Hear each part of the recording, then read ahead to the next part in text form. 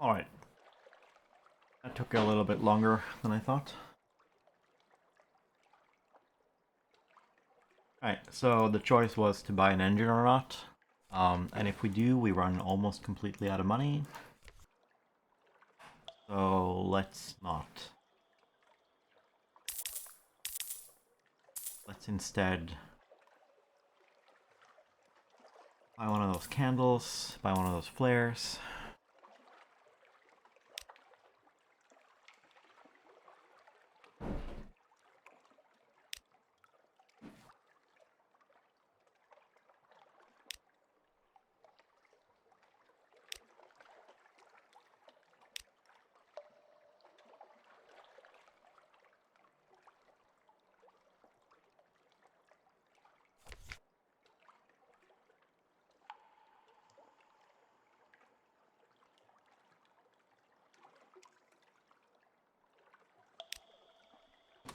Now let's go to hell.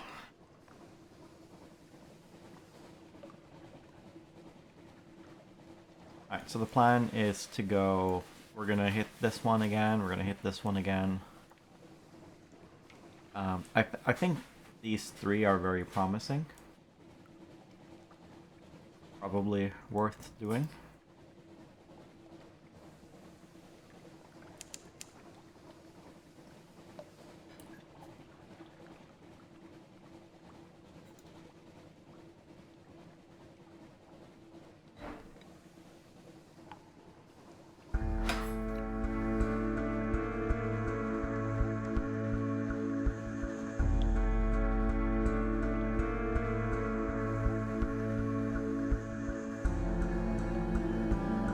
We now have a proper cannon, so we can do combat.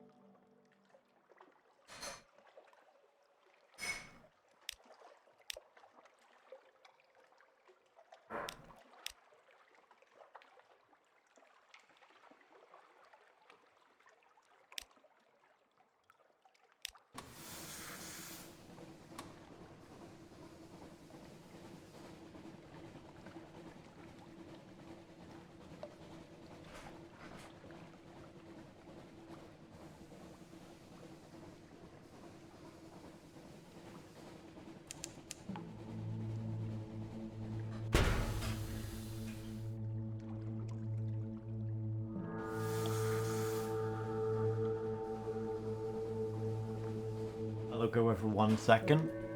We slam into the rocks.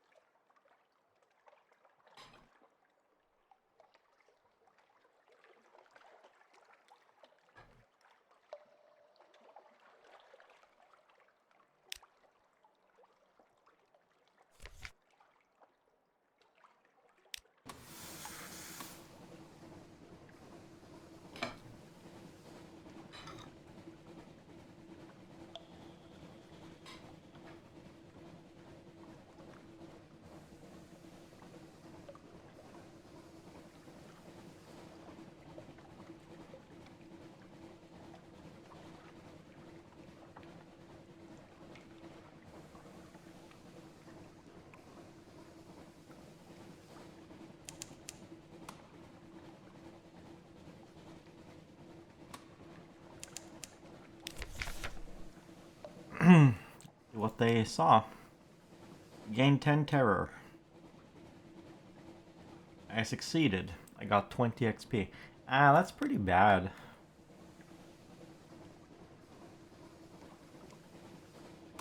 Well, now we gotta turn on the lights.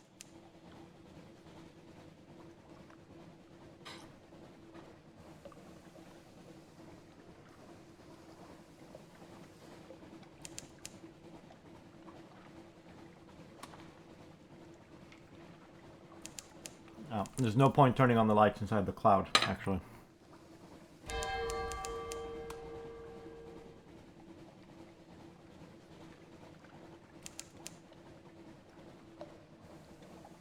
Oh yeah, now we need enemies. We need enemies to fight.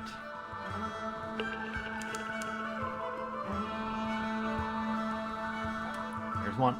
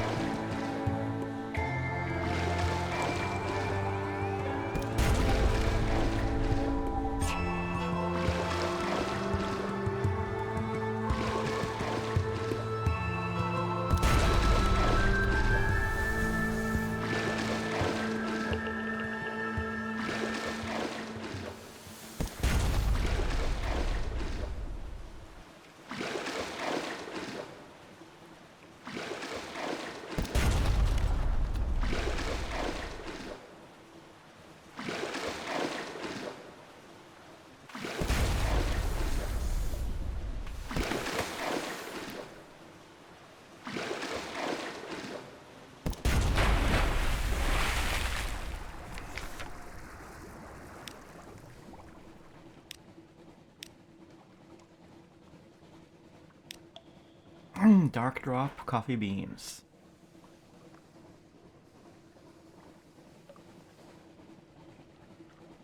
Now, we didn't really lose any terror there. We kind of lost as much as we gained. That ship we cannot fight. Ship has a gun on the rear. Not possible to fight it without taking any damage.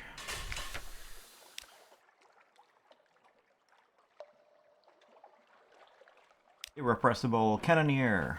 Welcome aboard. Oh, this is interesting. Room for improvement. There's always room for improvement. Wait, let me make notes. Paper. Point your new officer by dragging them from the officer's town to a slot at the top of the train. Do this in port and not at sea, or you may unsettle your crew. Port report. Tale of Terror. I've lost 1 page. What?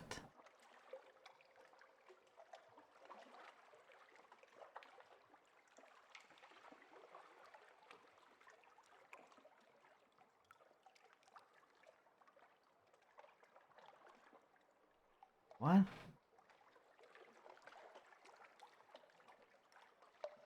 Here it says I have 25. Here it says I have 30. Also, I don't remember this the first time I played. But that's really bad. I mean, nuking your stats is really bad.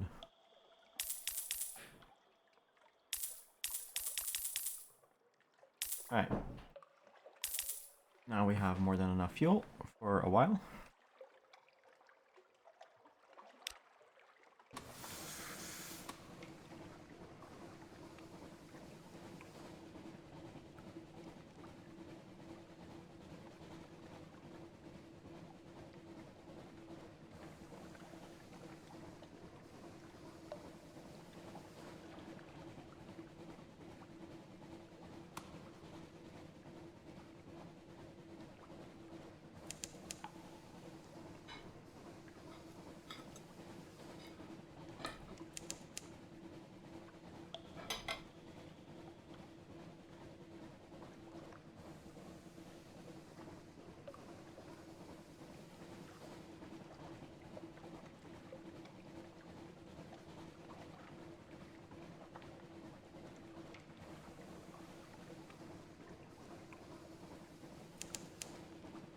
I feel like I've miscalculated my supply situation here. I don't have enough.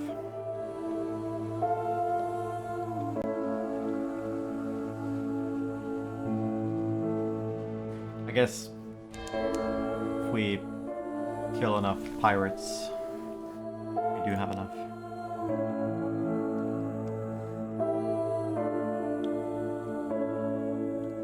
Alright, port report. Go ashore.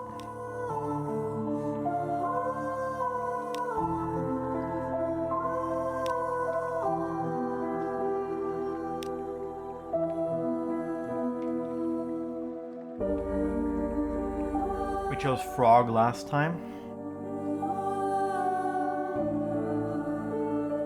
Locust mask.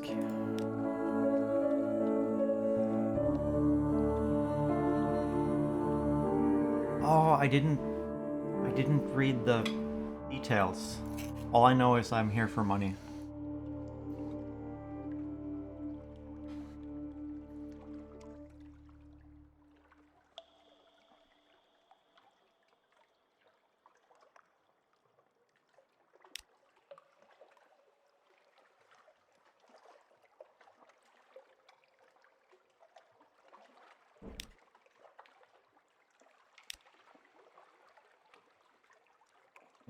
This is a very good thing to do. Let's ask about the purpose. Depth per day. From a corner, Moon Moth picks up a graduated stick.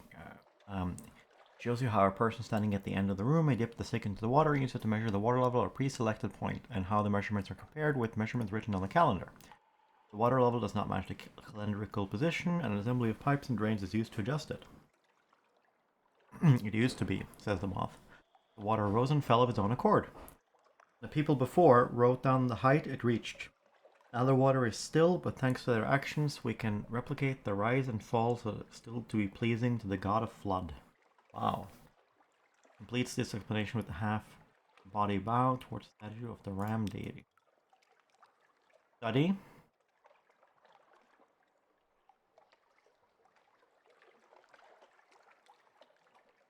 Say how much you like. Gather coin. You wade into the water and begin gathering coins. People watch you from behind their masts, but no one tries to stop you. After a moment, the other locust masts in the room swarm with you, 4 and 5 and 6 of you together, scraping up the coins from the bottom of the pool, working your way along until everything is gone. Just how a locust ought to behave.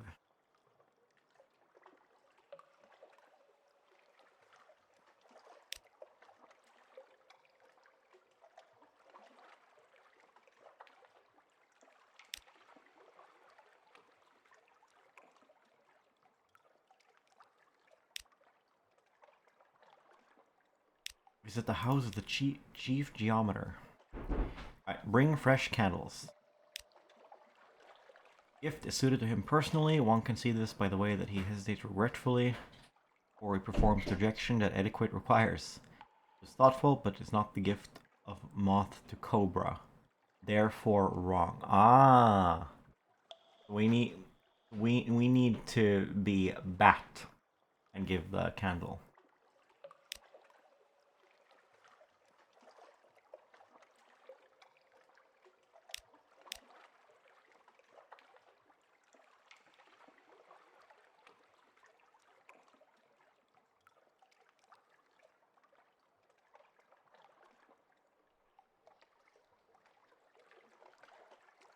Can't not go.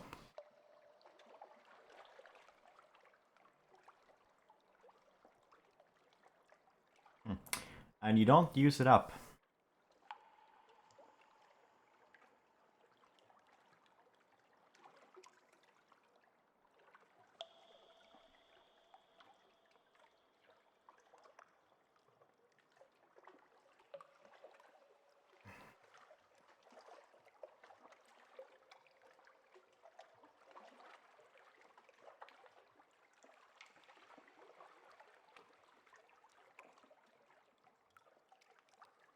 Okay, wait. So now we are moth. We're no longer. Yeah, we're not. We are not the locust anymore.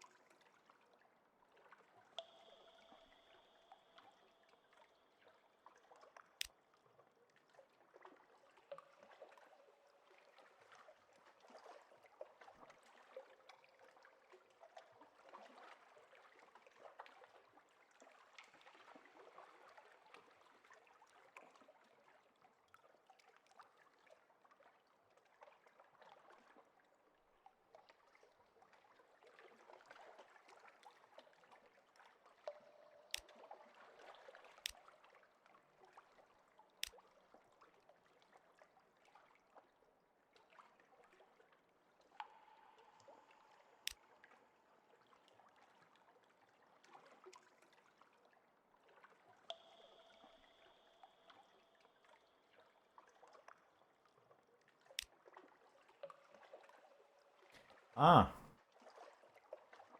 You can't stay in character forever. Ah, we're forced to leave. But luckily, we lose terror. This island is so good. It's actually, it's like unreal. This island is freaking best. Alright, this time we are going to go here, and then we're gonna explore up here.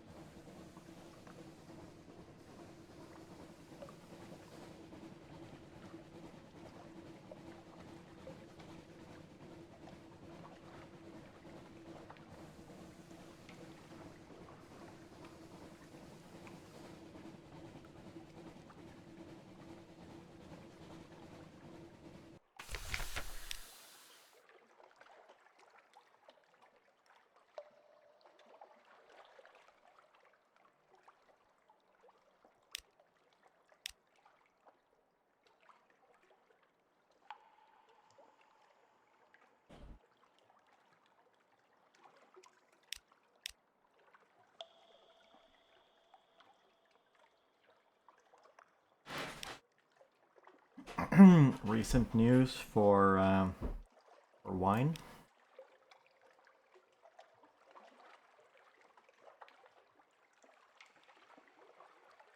Yeah, yeah, there's a limited opportunity.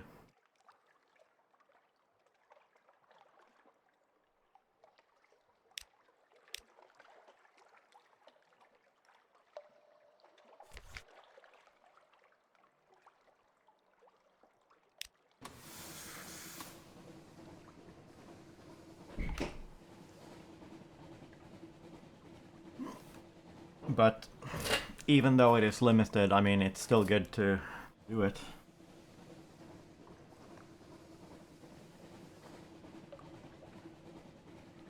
Oh yeah, that's underwater thingy.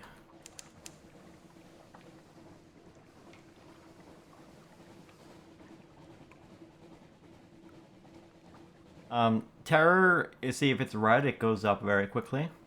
And if it's green, it goes down. And if it's orange, it goes up slowly. And using the lights will reduce it by 1 level.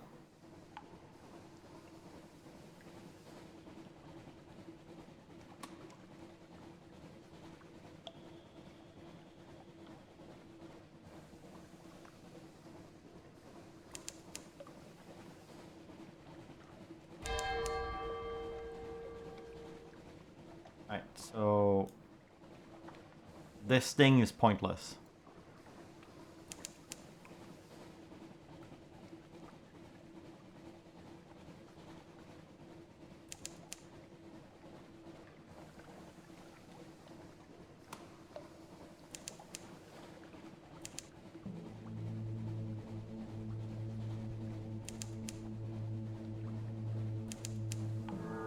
And inside the fog, using the lights has no effect anyway.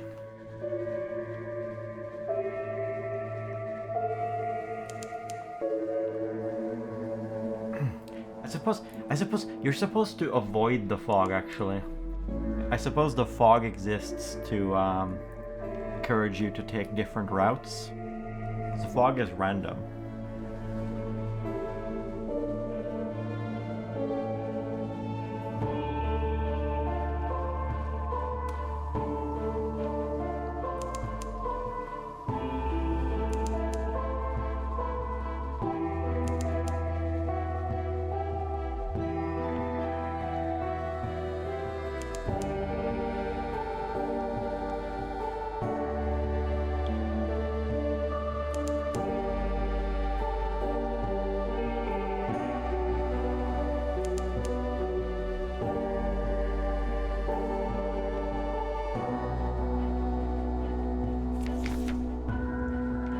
And then rocky fragments fall from the roof of the Neath.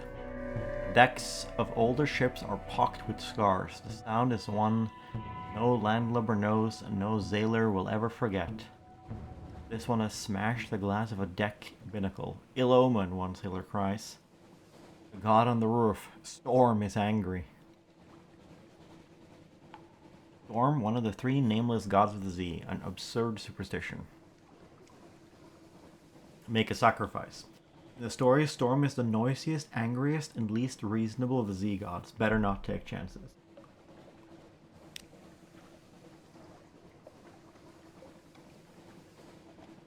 Storm's attention.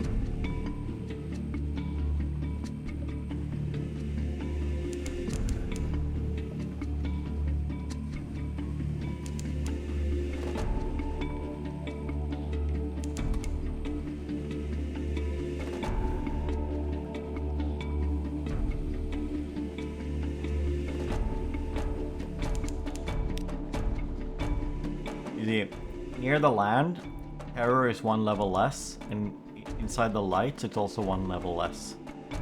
So around here, it's possible to decrease terror by just paying some fuel.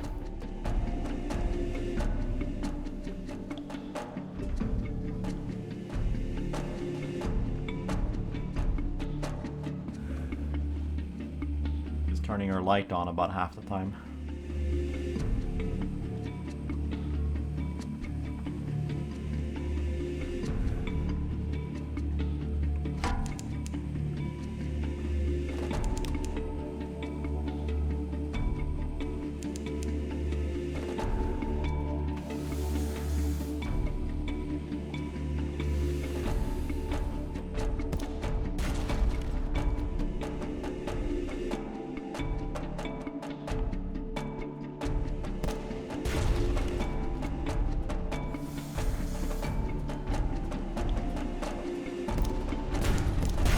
Oh my god.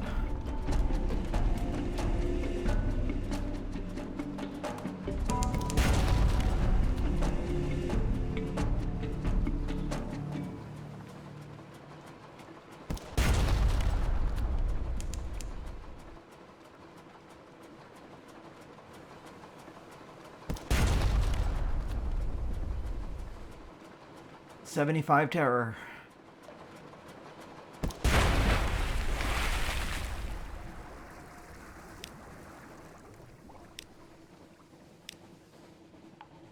Oh my god, that's so much supplies. Look, we just got straight up to 7 supplies. And terror went down by about, I think it's just 10%. 10% of whatever it was. Basically, whatever terror is gets multiplied by 0.9.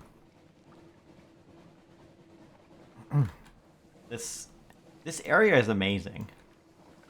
You can just cruise around here and terror doesn't really build up, and you can fight the pirate ships and get free supplies, although you don't usually get as much as I got that time though.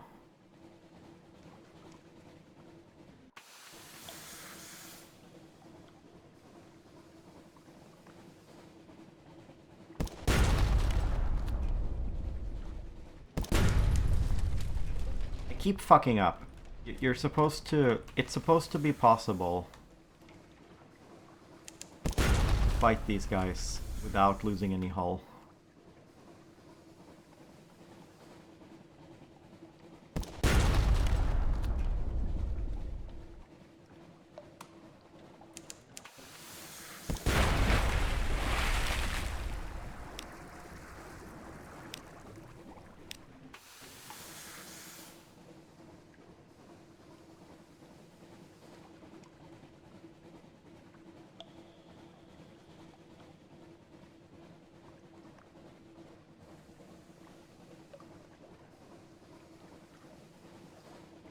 As long as you still have over 50% hull, you're not going to lose any crew. If you have less than 50% though, you lose crew when you get shot. And every weapon does a different amount of crew hit crew damage. If you have less than half, so for me that would be 4 or less. At 4 or less, I lose the ability to go at speed 2. You can only go on speed 1, which is obviously really bad. Explore.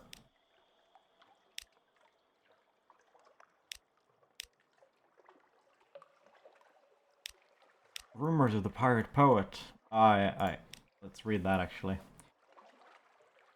Landlubbers fear pirates. Pirates fear the poet. Lies, nonsense, glimmers. Some say she's a clay man who freed herself with the power of verse. Possible. Others insist she's the personal muse of the king with the 100 hearts. Unlikely. One claims she sails on a living ship made of the still screaming skulls of her victims. More sober voices mutter that, no, that's just an Alcaeus class vessel. Whatever the truths, few have fought her and survived to tell the tale. Only the bravest of captains risk the lonely parts of the sea where her flag is said to fly.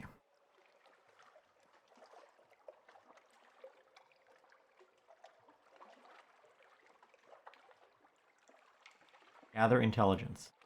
61%. Failed. Oh, we lost a crew. And we gained terror. We'll get a port report.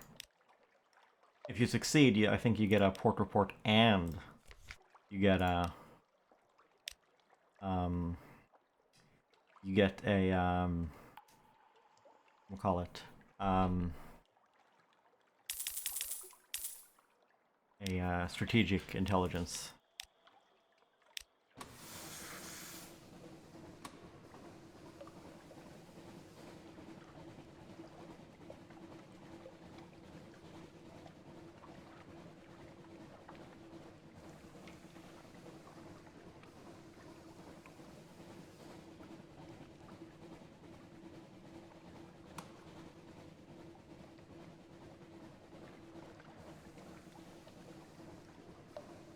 I would really like another pirate ship.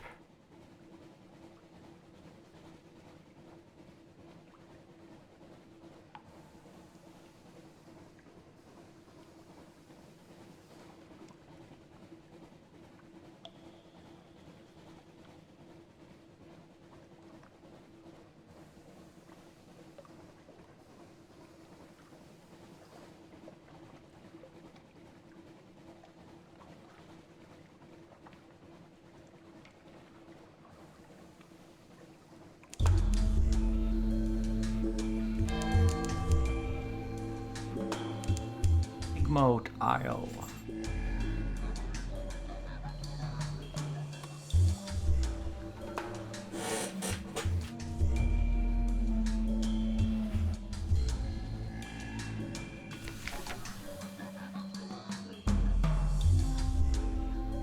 There is no habitation in sight, no market, only an old rotting dock, a stretch of sand thickened into damp black earth, from which sprout stunted palms?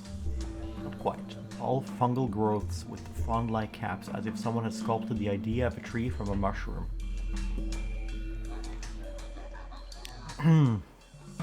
War?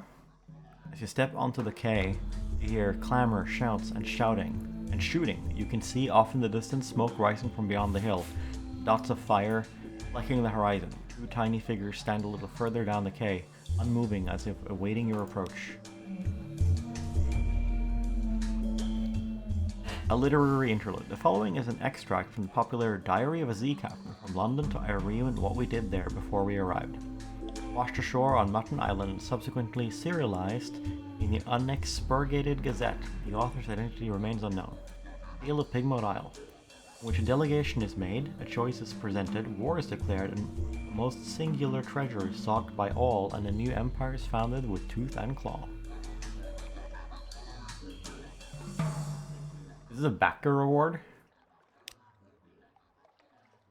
Chapter 1, The Delegation. Figures were rodents. To my left was a Ratus Faber wearing goggles, a blacksmith's apron, and an assortment of tools. To my right, an unusually large guinea pig, wearing a helmet and breastplate reminiscent of nothing so much as the high Middle Ages. Rat stepped forward first and bowed. Welcome, Captain, to Rat Star Island. I am Edgar, Second Chief Engineer of the 3rd Rat Brigade. I invite you to avail yourself of food and fuel at our expense. The only cost to you is a choice, food and fuel. Rat sat back in precisely the same moment with what appeared to be the ease of long habit. The guinea pig scuttled forward and made a declamatory chirp. Welcome, Captain, to the Isle of Cavia. I am Lady Augusta Devereaux, Winch of the Blackwater Swinches, seneschal to our king Graysnaw, first of his name. I invite you to avail yourselves of food and fuel at our expense. The only cost to you is a choice.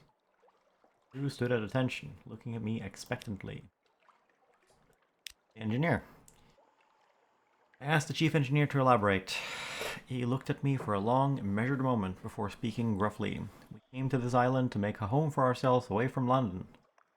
It's cats and snuffers, it's rat-skin suits. We came to live as citizens of our own republic. We came with our tools, our teeth, our clever hands, and we made a beautiful city by the light of the rat star, shone bright and blue on Mount Ararat.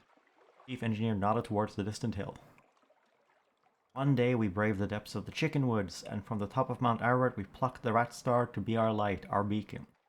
Pigs of Cavi saw the light, and they lusted for it. They sent armies to rule us, steal our star. We will not permit them to take what is ours. We will resist to our last breath. Will you join us in defeating them? A night out of habit. Seneschal cleared her throat with a delicacy to rival the Duchess's own before speaking. Graysnaw the king, our lord and sovereign, full 7 months had sojourned on the sea, conquered this land, and won the southern main. Now no fortress against him shall remain, no city walls be left for him to gain. Save the rats that squeak behind the mountain. Unlikely was the lamb of our deliverance. Assured shall be our glories in their fall, and our lady's eye restored be to our hall. Seneschal composed herself and then added, We saw truth and beauty by the light of our lady's eye on Mount Caveat. But the rats, with their guns and their chatter, and their peasants' politics, stole it from us. We will subjugate them and take it back. They are a rabble, and we will rule them with the steel-shod velvet of our paws. Will you join us? I see. Attempt to broker peace.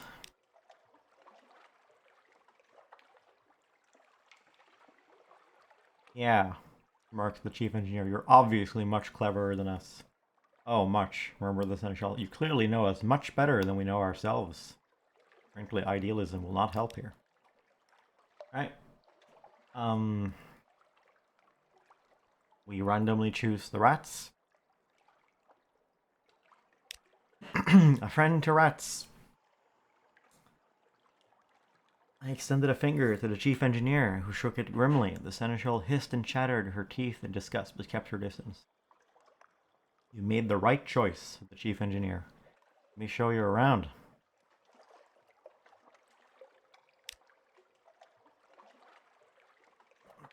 Chapter 3, A Rat in the Making. Chief engineer led me to the northern side of the island, skirting the chicken woods.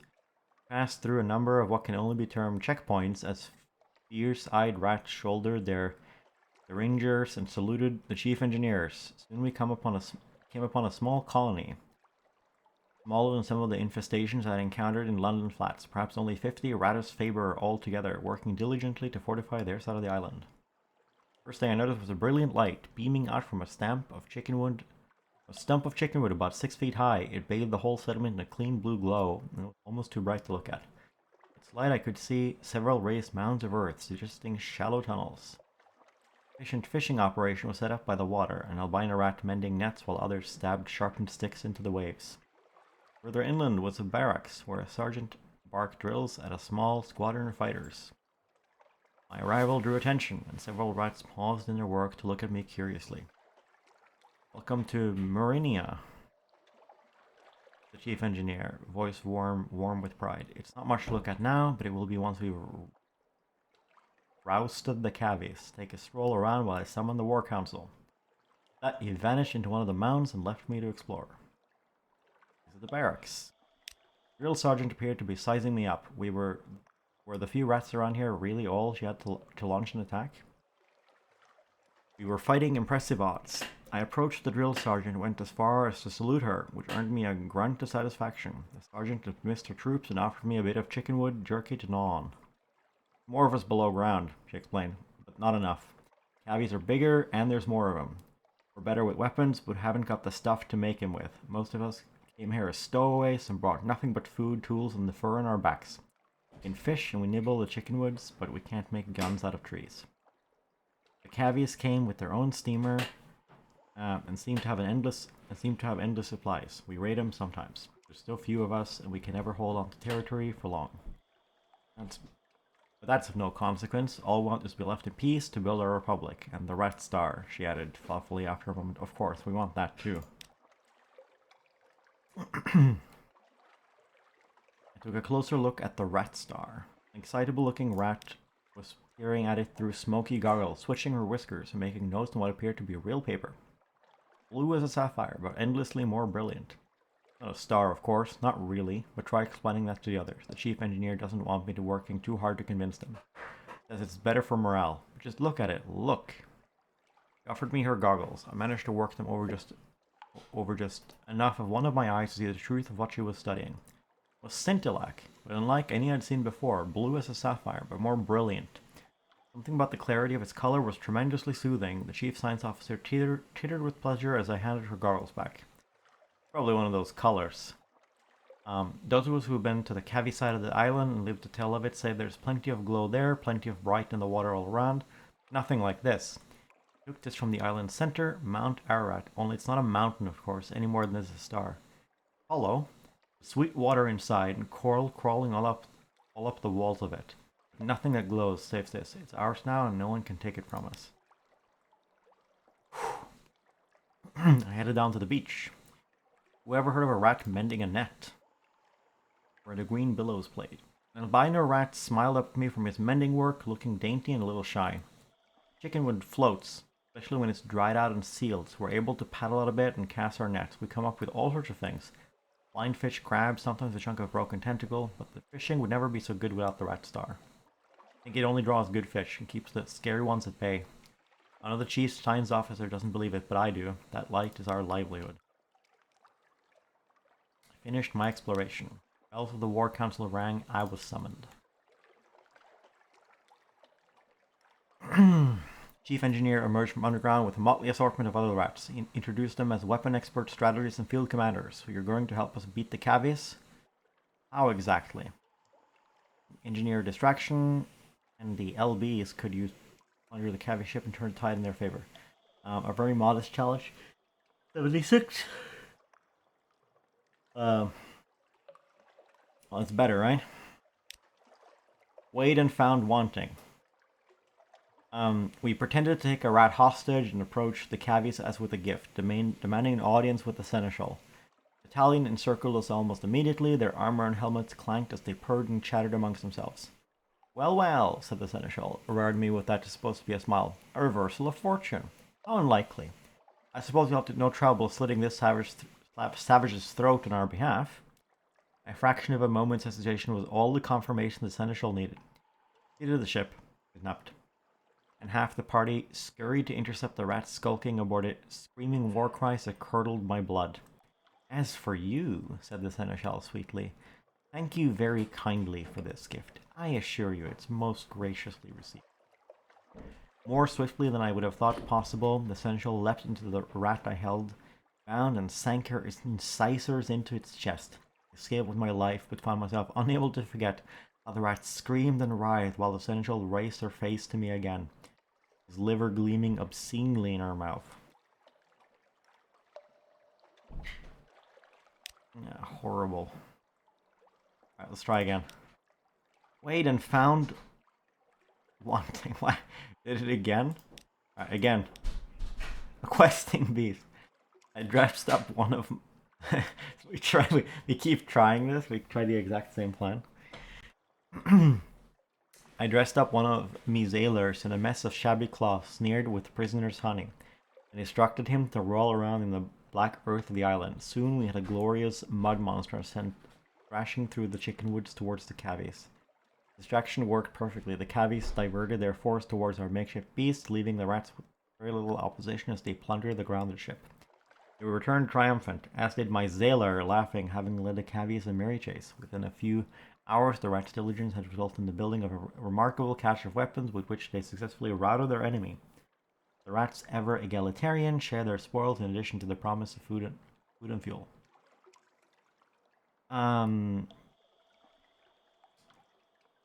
Hail Marinia. An occurrence. Your Pigmote Isle might quality is now 4.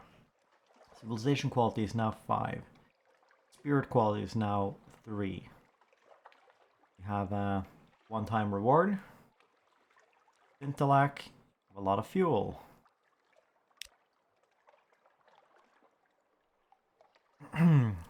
Chapter 5. A nation is born. The house of Cavi had fallen. Marinia was triumphant. All that remained were the celebrations and the continuation of our voyage. Oh, how we feasted long into the night then.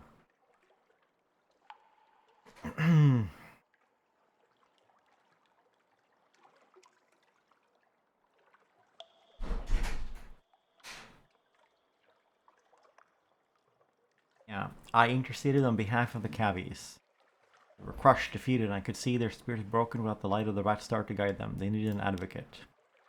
A grudging concession. I appealed to the chief engineer's moral fortitude and sense of fair play. Perhaps the Cavies suffered the loss of the light from the center of the island. Perhaps they were only trying to get it back, not steal it from the rats. The chief engineer looked troubled at the thought. We only wanted to be left alone. He looked towards the seneschal, haphazardly bandaged among the rats and other prisoners. Perhaps further negotiation is possible. As he left, I saw the albino rat timidly offering a young Cavi prisoner a piece of fresh fish. Spirit quality is now 6.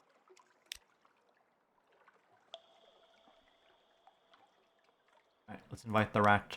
The chief engineer couldn't leave his colony, but he relayed my request to his people. The albino rat I saw mending nets shyly stepped forward.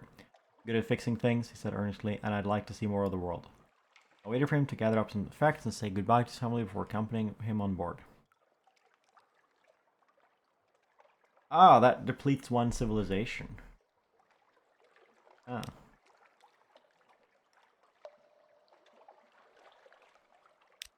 The end. Oh. Bad. This costs 10, this costs 10, this costs more. We'll throw the fuel overboard. A new nation has been founded.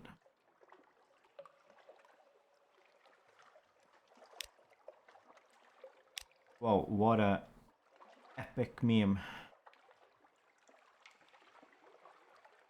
135 echo to fully heal your ships. Raise Pigmote Isle civilization for better prices. Ah! This can eventually become competitive. Steal the Rat Star.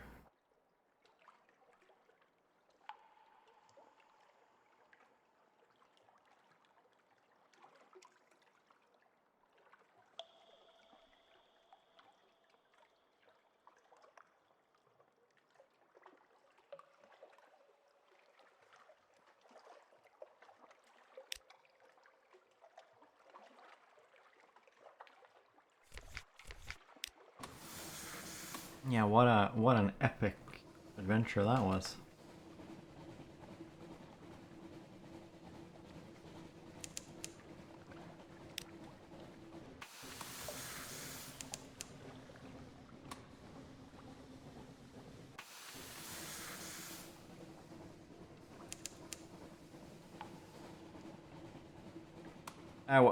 Oh, the terror. Alright, let's run back to London.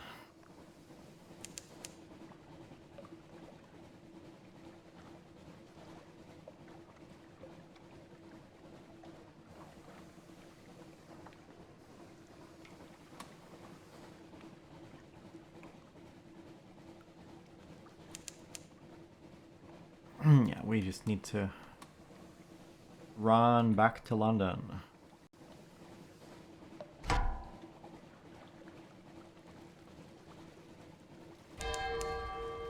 Or we kill this guy.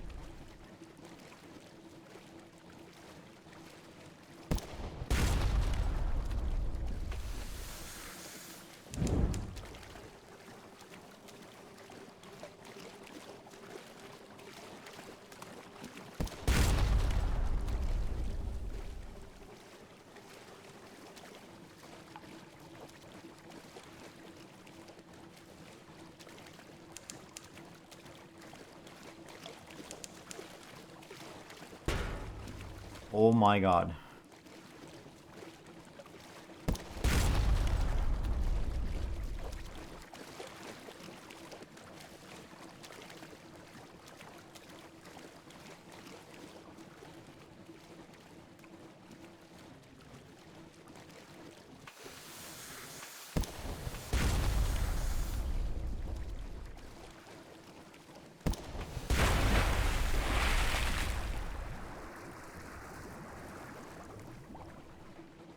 It didn't really reduce that much terror.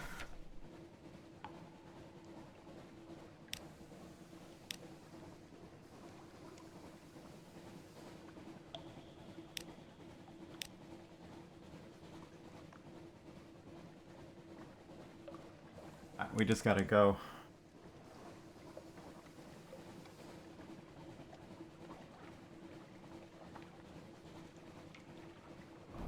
You know,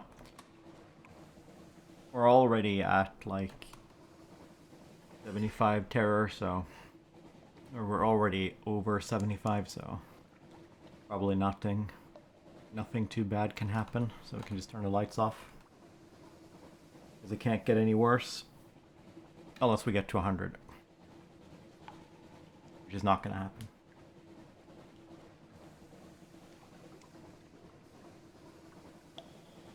Yeah, the terror. Those blood-curdling sounds of rats being impaled spooked us too much.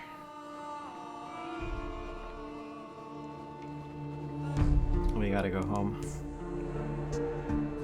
We've lost 2 crew.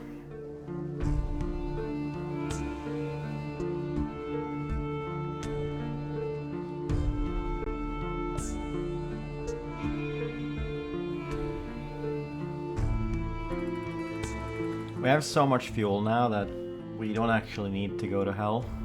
We don't need to go here. That means we don't visit these places though, because they're like right next to hell. I really like this setup. Having these islands right off hell is so useful. Then we can justify going to hell. I hope we have something here. Or here. I hope we have something here or here, so we can justify going here as well.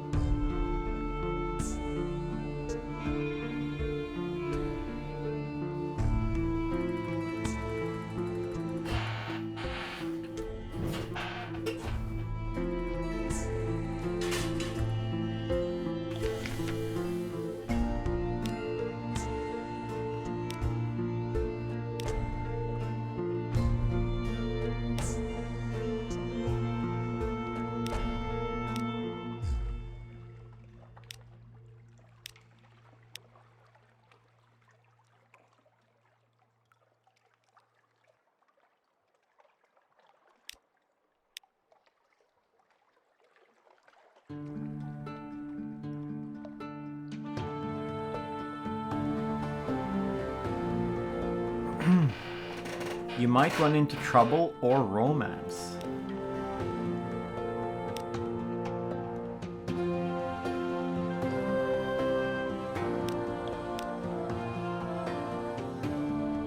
The Honorable Magician.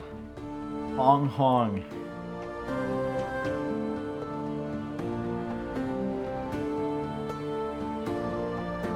Increases veils and mirrors. Oh, we love veils.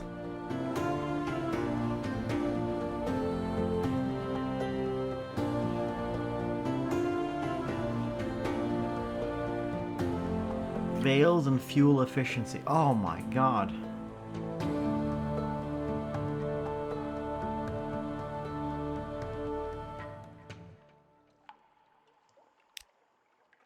Gotta have the fuel efficiency. Alarming Scholar.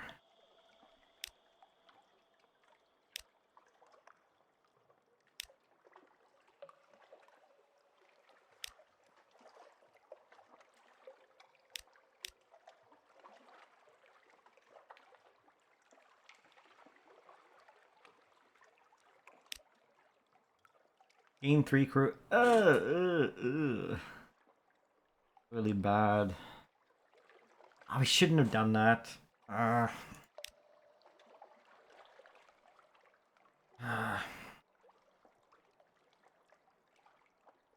We've used the new recruit to just recruit 1. Admiral.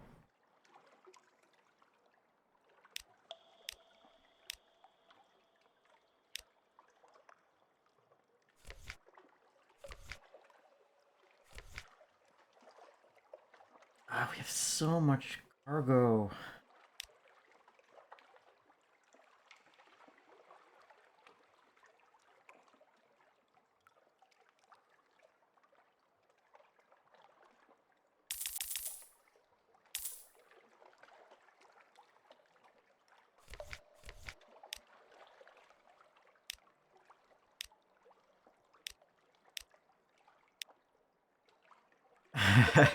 I'm not certain I heard you correctly. Are you quite certain is the report you wish to make? So be it. Tell him about the talking animals.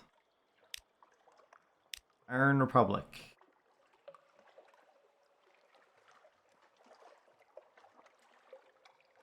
Whoomph. It's like a pneumatic tube.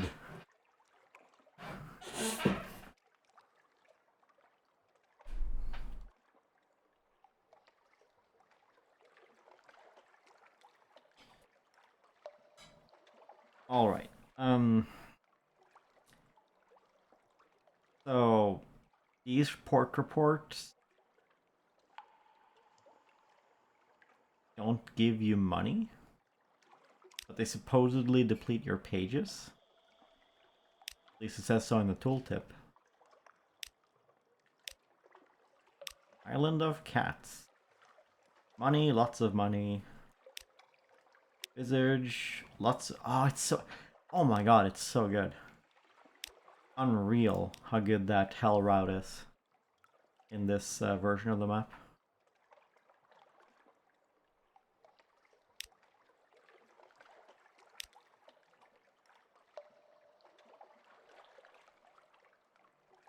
Ask what he needs. Information. Visit a port and we'll be interested in the port report. Visit places of particular interest and we'll be interested in the strategic information you gain thereby. Well, don't worry. We understand you can't be expected to act entirely for the love of the Empire. Lip curls. What's left of it.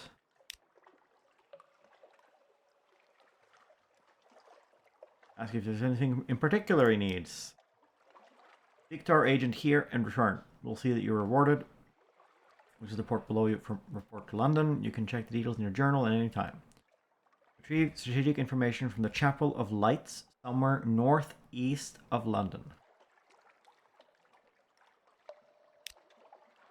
Northeast.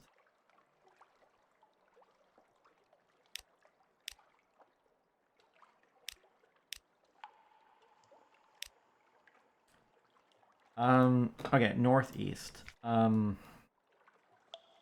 We now have money though. Hey, the Scintillac. We have a lot of fuel. We don't need to go to hell. Because we have so much fuel. There's no point going to hell this time. Right now.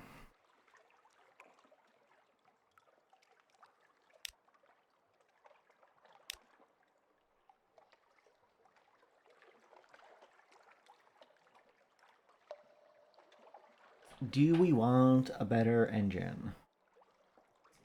I feel like we want at least a little bit of a better engine. So we can maneuver around the sea beasts.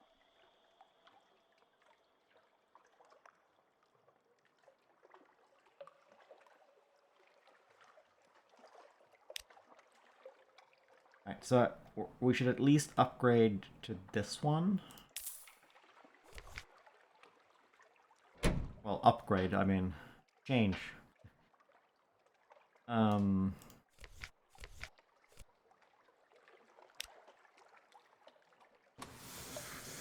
Okay. It did say northeast. Alright, officers.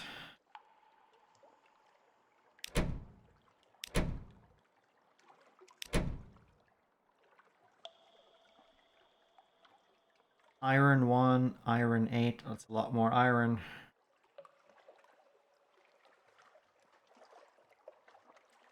Oh my god, fuel efficiency. Oh, it's so good.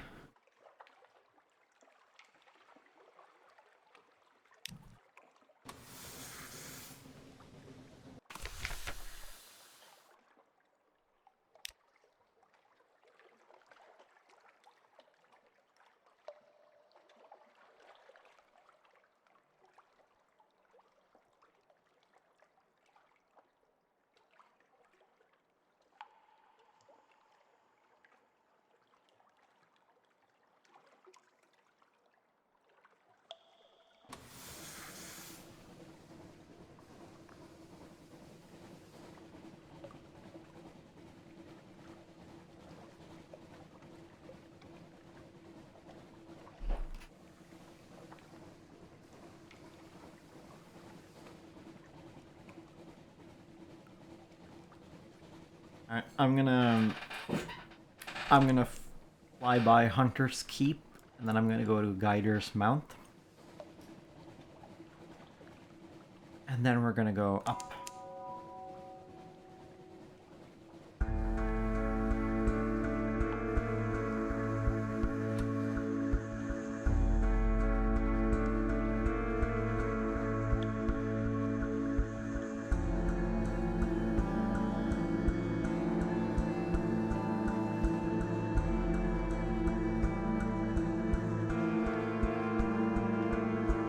Yeah, it's time to do some action in Eve.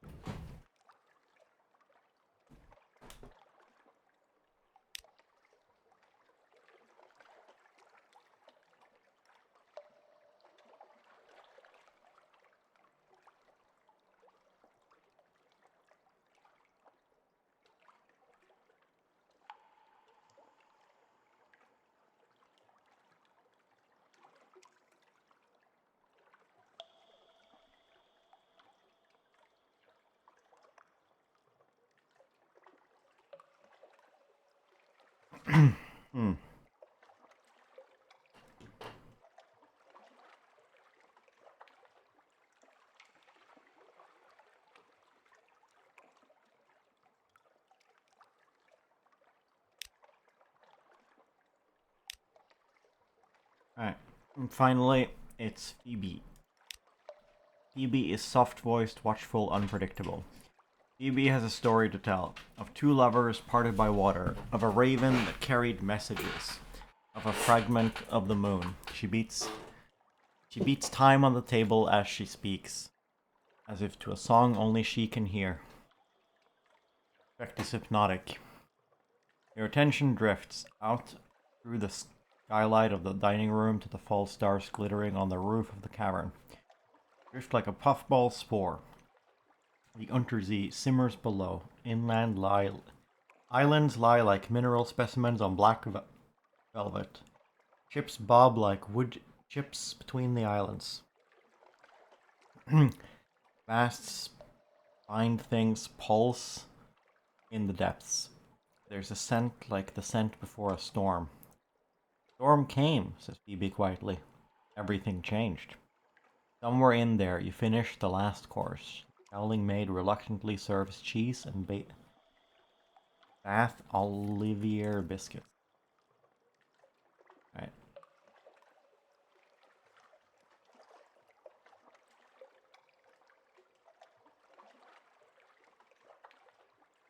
Yeah, that's Storm. Not receiving visitors.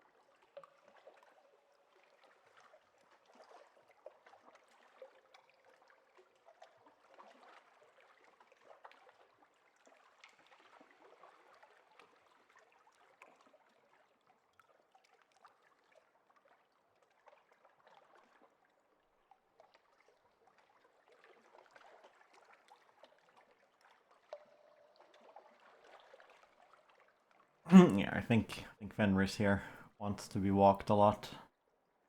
So we'll walk him now. I'll cut the YouTube recording here, obviously. Yeah. Let's walk Fenris.